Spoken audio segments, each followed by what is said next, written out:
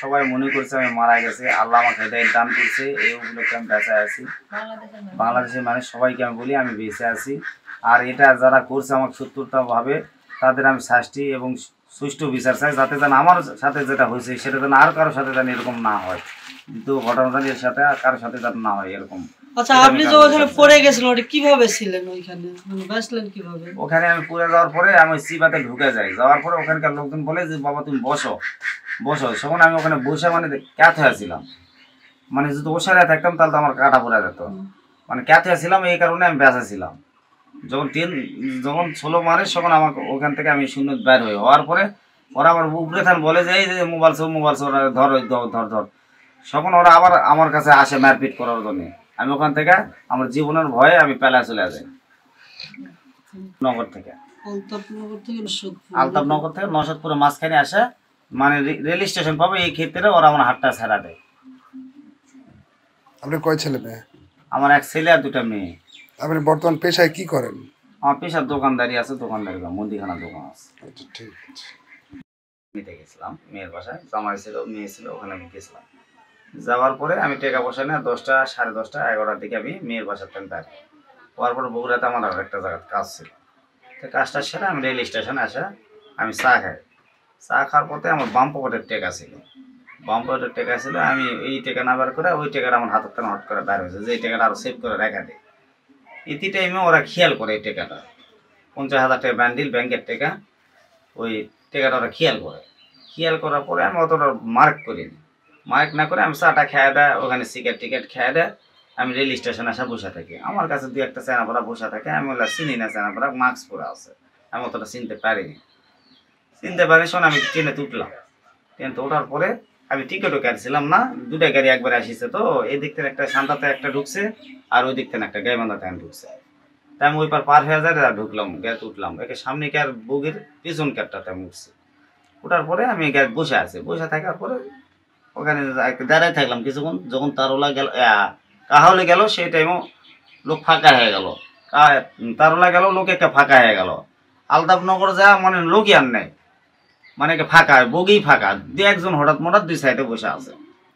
তাই আমি বসে থেকে 12 ভাজা খাচ্ছি, 12 ভাজা খাচ্ছি। ইতি টাইমে আমার কাছে 2টা চ্যাংড়া আসা বসলে 2 সাইডে। কইছে আঙ্কেল কোথায় যাবেন? আমি বললাম যে সান্তার যাম, বগুড়া থানা এসেছি মেয়ের বাড়ির থেকে। কইছো তো কইছে আমরা তো সান্তার যাবো। ঠিক কি করেন? আমি কইছি এমনি ব্যবসা বাণিজ্য করি। ওরা কইছে আঙ্কেল আপনার সাথে কথা ছিল।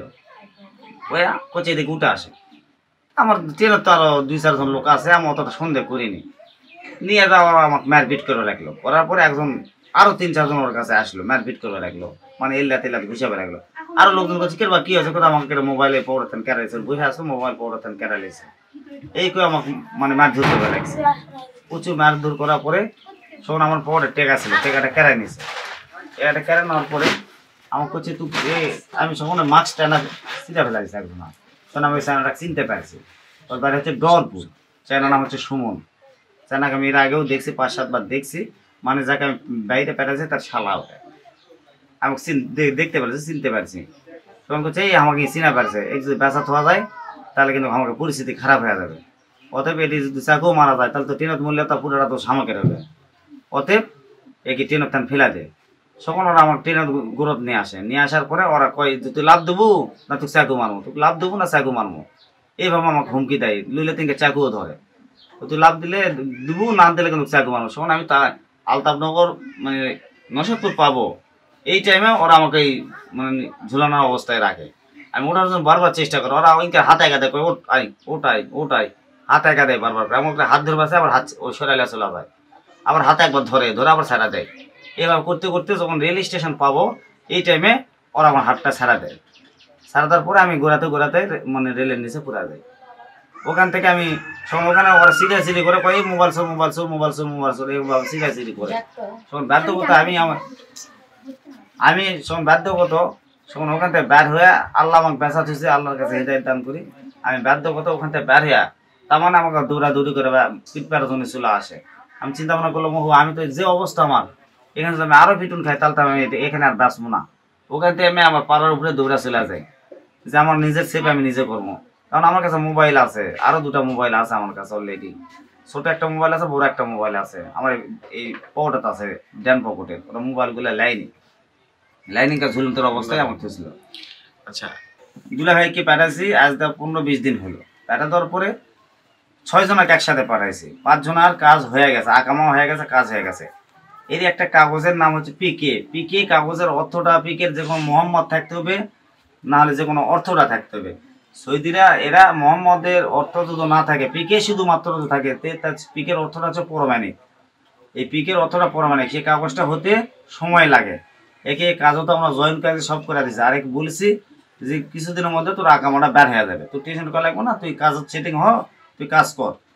এই কিছুদিন মানে জোর পাকালো যে না আমি আকামা না হলে কাজ করবো না, আমার ক্ষমতা জানিস, আমার হ্যালো মেজর সেনাবাহিনী তোকে এখনো তুলে, আমাকে আগে তুলেও নিয়ে গেছিলো, নিয়ে যা মারপিট করছে আমার করা, প্রচুর তাকে মারপিট করছে। আমাকে নুমুদ্দা তুলে নিয়ে যাওয়ার পরে মারপিট করার পরে আমার আইডি কার্ড কেড়ে নিছে, আমাকে স্টেমের সই করে নিছে, আমাকে প্রচুর হানস্টপ টানস্টপ করছে মানুষ। এটা হচ্ছে আপনার 1 তারিখ কিংবা 2 তারিখের মতো পাঠাইছি আমি, হচ্ছে 26 তারিখে পাঠাইছি আমি বিদেশ পাঠাও বেশি দিন হয়নি, 15-20 দিন হলো, মানে 6 মাসেও কাজ পায় না। আমি কেবল পাঠা 15-20 দিন হলো। মানে ওরা ক্ষমতার জোর, ওদের বুকের উপর দিয়ে যাইতে হয়তো এই খেলে ক্ষমতার জোরটা ওরা দেখায়। তালসন বাড়ি এদের বুকের উপর দিয়ে যাইতে হয়, খালি এই ক্ষমতার জোরই দেখায়। কাকে আপনি বিদেশ পাঠিয়েছেন? ওনার হেলালের ছেলেকে, সজীবকে। আর যাই আমার কালকে ঘটনা করছে সজীবের শালা সুমন নাম, ওর বাড়ি আমি মামলা আদমদিঘিতে গেছিলাম, আদমদিঘি আমার মামলা লাইনি না লওয়ার কারণে আদমদিঘি শোন আমাকে বলে যে তুমি জিআইবি যাও। জিআইবি যাওয়ার পর জিআইবিও আমার মামলা নেয় না। আমি আমার বাধ্যকতা আদমদিঘি আসি, যে আমার তো মামলা ওখানেও নেয় না, ওই আমাকে এরা করবো না, কিছু নেই। পরবর্তীতে আমি শুনলাম ওখানে ওরা টেকা মারছে, আমার থেকে যে টেকা নিছে ওরা তো ফুকুর নিয়ে, আমার থেকে যে টেকাটা নিছে সেই টেকাটা যায় ওখানে মারছে ওরা। তারপর কি বলছে কালকে আপনাকে ভাইয়ের সহযোগিতায় কালকে জিআইপি আমার কেসটা ওপেন করে নিয়েছে।